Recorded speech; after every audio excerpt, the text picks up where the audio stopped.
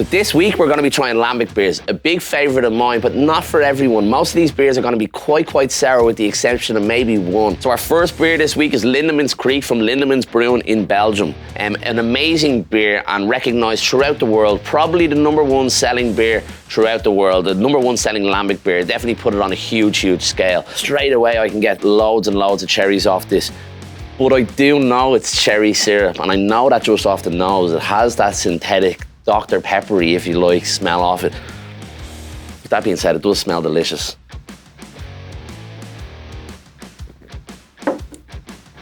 And there's no denying it tastes bloody delicious.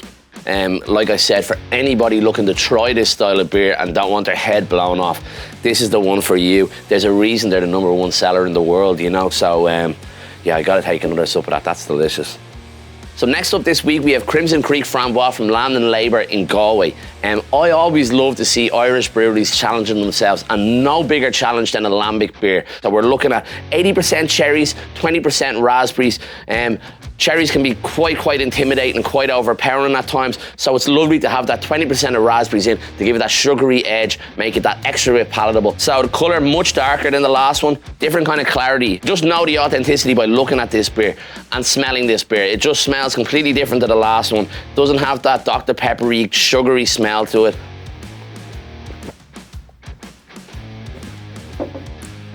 Oh well.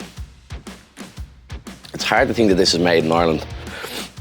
It tastes like a really upper class Belgian Lambic beer. Really impressed with this beer.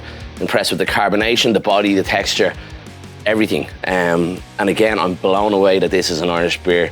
So our final beer this week is Cantillon Lambic Bio from the Cantillon Brewery in Belgium. We've gone with the Gueuze here today, so a simple Lambic Gueuze style beer, no fruit added to this one, and it'll give us a great idea of the style in its core basis. So the colour's completely different. Has that slight tan, slight haze, nice little golden glow off it, completely different to the last one. Great nose for me, but again, I think to the average punter, it will smell a bit odd, but give it a chance. I promise you, give it a chance.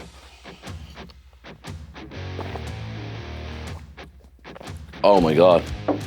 So delicious beer. Funnily enough, not as sour as the last beer, and the carbonation is really low. It's actually a really good follow-up to the last beer because just softly balances it all out. Again, not for everyone who doesn't like sour beer.